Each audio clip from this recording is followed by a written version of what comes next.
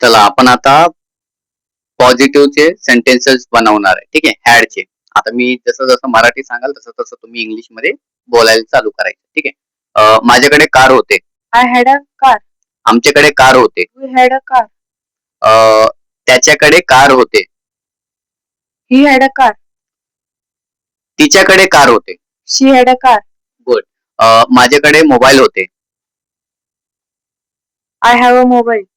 I had a mobile. होते म्हणले की हॅड वापरायचं. हा. लक्षात ठेवायचं. हा. आमच्याकडे मोबाईल होते. We had a mobile. त्याच्याकडे मोबाईल होते. He had a mobile.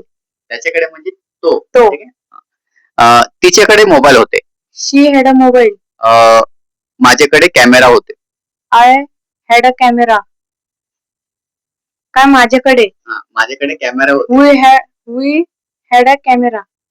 आता माझ्याकडे कॅमेरा होते जर असं बोलायचं असेल तर वी कसं येणार ना.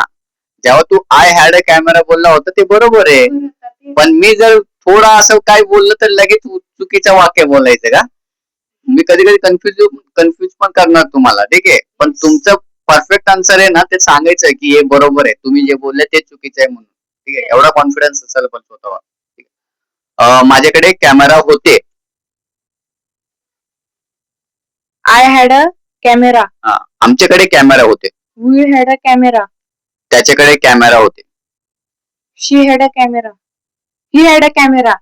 ही आणि शी मध्ये कन्फ्युजन काय होते. त्याच्याकडे ही मुलगा आहे लक्षात ठेवू, आणि तिच्याकडे मुलगी शी वापरायचं. ठीक आहे, आणि तिच्याकडे मोबाईल होते.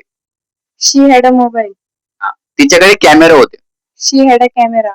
तिच्याकडे पेन होते. She had a pen. कळालं. Yes. हॅडचे वाक्य कसे बनवायचे आता आपण ह्याच्यानंतर निगेटिव्ह सेंटेन्सेस बनवणार. ठीक आहे.